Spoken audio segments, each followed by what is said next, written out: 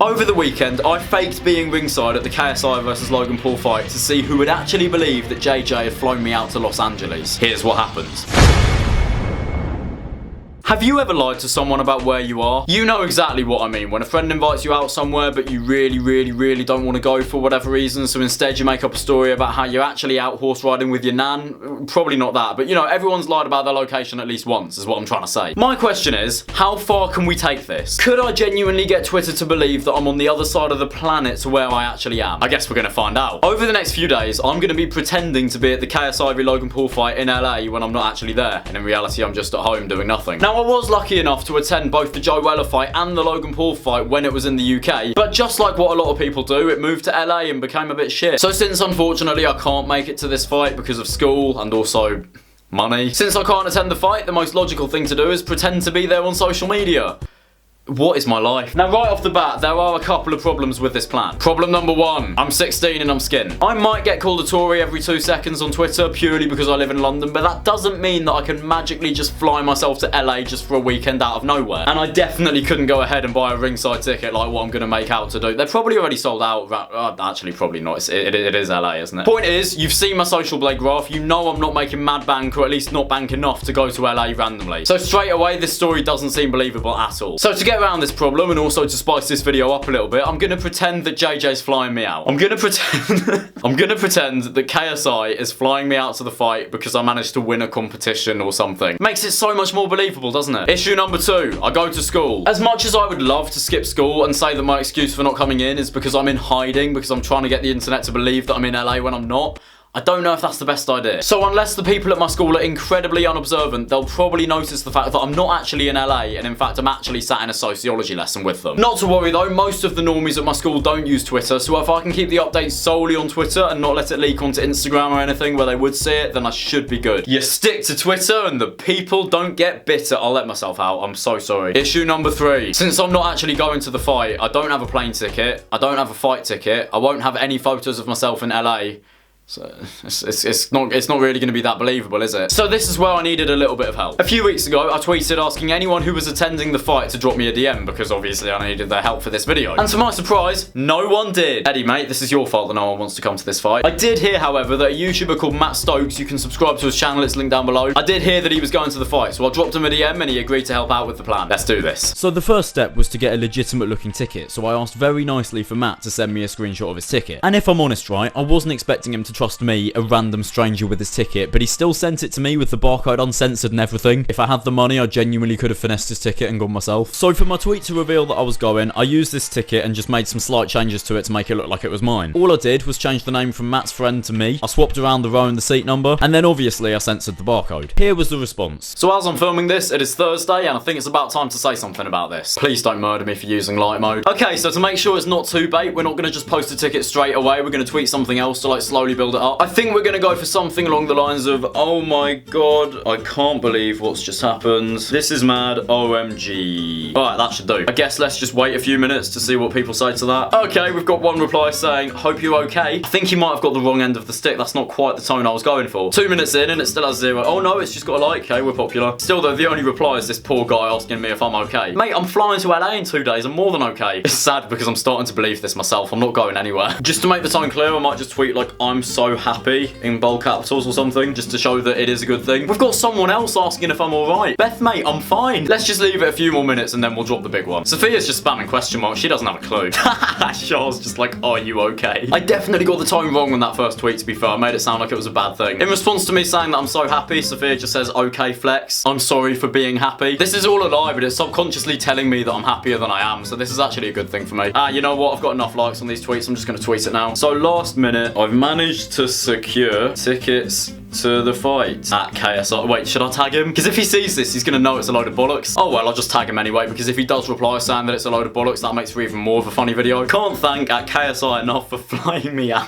If anyone believes this, I'm actually gonna be baffled. You've made my week just a tad better. There we go. There we go. I'm just gonna tweet that now. Oh my god, the more I look at the ticket, the more I realise how fake it looks. Look at my name just crudely added in. That looks so fake. Someone's liked it. Oh, Hannah's seen it. I'm actually so interested to see if people believe this. I can't can't tell whether you're telling the truth. Well then, Hannah, you're not completely dim. Tom, it's gotten to the point I don't even know if you're telling the truth, mate. Ha ha ha. Well done, Catherine. I guess in the meantime, I could just spam in some group chats. Guys, I'm going to LA. OMG, Tom. What? OMG, shut up. OMG. That was the most obnoxious laugh, I'm sorry. Flying out tomorrow. I'm so happy for you. Oh my god. Oh wait, we got a new reply, I think. I don't know if you're telling the truth or not. Well done. OMG, I'm so happy for you. They're going mad. Can I just make it 100% clear that I've already told Char that I'm doing this video, so she's either just going along with it just to get the group chat hyped, or maybe she's actually just kind of forgotten she's actually believing me. Unreal. We need a vlog. You'll get one. These messages may or may not be featuring in it, Rach. This has gone down much better than I expected. Oh, Char's just dropped me a message. Thomas GW, are you able to call? Yeah, alright then, come on then. Hello? If you manage to pull this off this Right, I can't lie. I am recording right now. You are on record. Do you want to say hi to the video? No. For a second, when you were spamming that on the group chat, I thought that you were genuinely like believing it, and you forgot that I actually like already told you that I was making this. Okay, okay, thank God you're not dim. Yo, I was not expecting that. I was not expecting everyone to believe me. I thought I was going to say it and everyone was just going to tell me to f off. The ballot idea was really smart, because I was like, if you're just going to say that KSI flew you out, that's like, you always put a tweet out saying that, like, I can't believe you won the ballot. Yes, yeah, do it. Say bye to the video, Shah. Bye. You're a rat. Bye. What? Mental scenes. Here's a compilation of some of my favourite replies to this tweet. Took me a minute to believe it, but now I finally do. Congrats, bro. Have the best time. Tom, that's right in front of me, bro. Oh my god, this person was actually at the fight. Really sorry if I didn't catch you there, Barbara. I must have missed you somehow. Low-key obvious this is some sort of prank, so if it's for a YouTube vid, I better be in it. I got you, Hannah. So the next step was to fake some photos of me at the fight. Shout out to my dad for helping me out with this bit. Luckily, one of my bedroom walls is green, so I took all the posters down, whacked on a denim jacket, and posed in front of it as a green screen. In the end, I chose this picture of me, and also this picture of my thumb up to edit over a plain window. So I found a photo of a plain window, and very poorly photoshopped my thumb over it. At about midday on Friday, I tweeted it. The responses to this one were, interesting to say the least.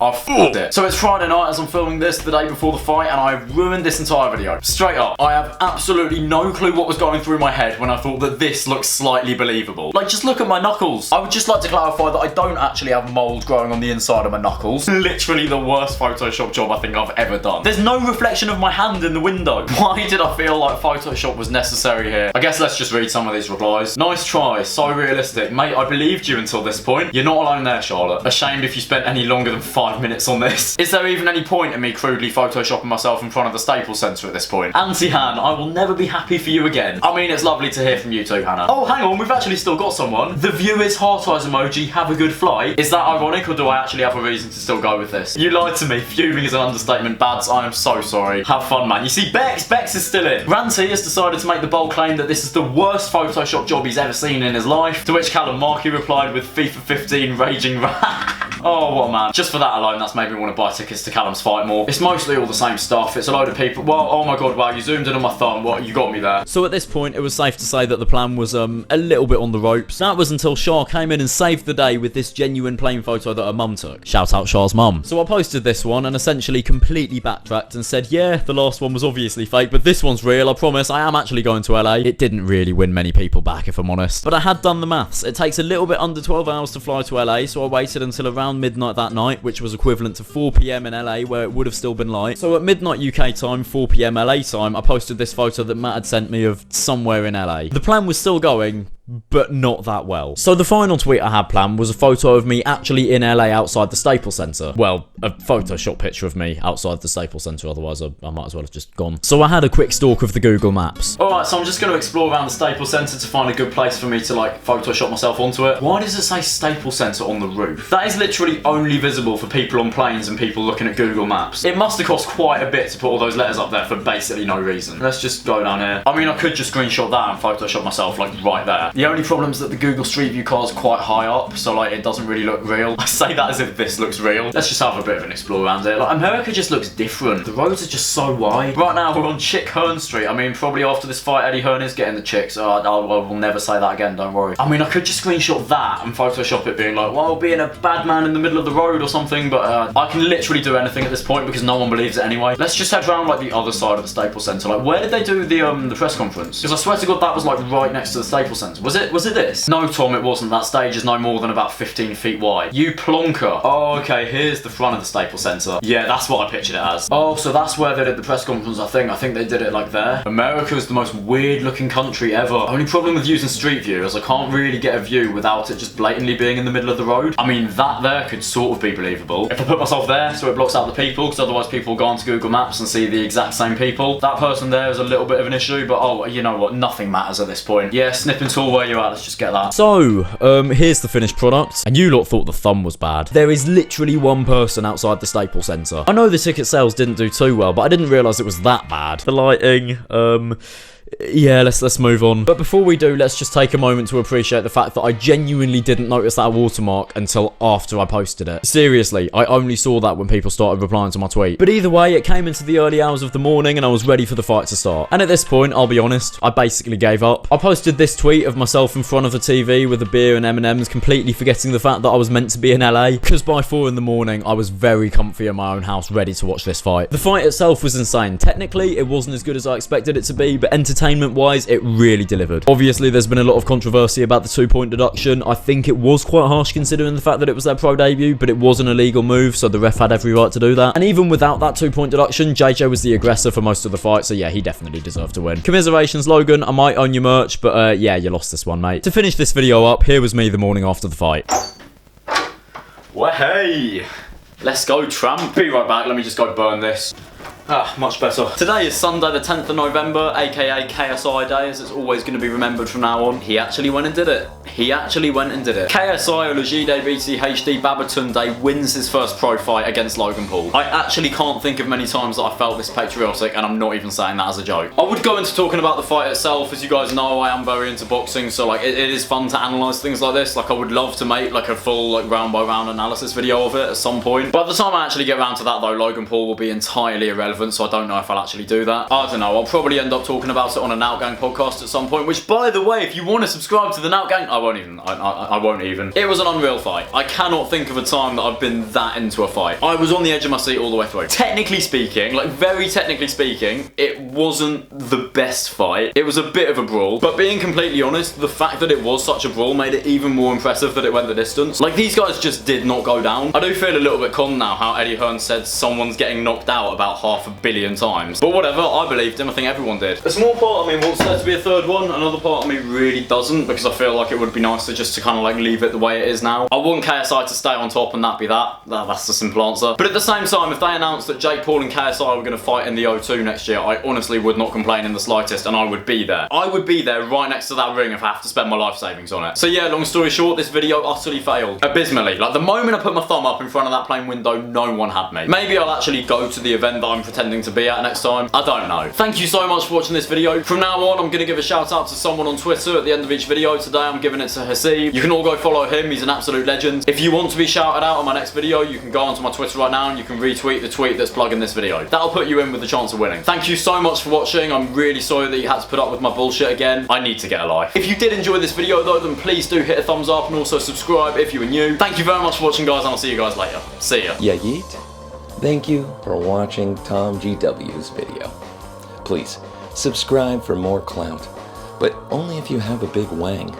Hit the like button if you want to get into heaven, but only if you can spin a fidget spinner on your nose for 5 seconds. Follow all the socials linked down below if you want to become a disciple of Tom GW. Goodbye. See you in heaven.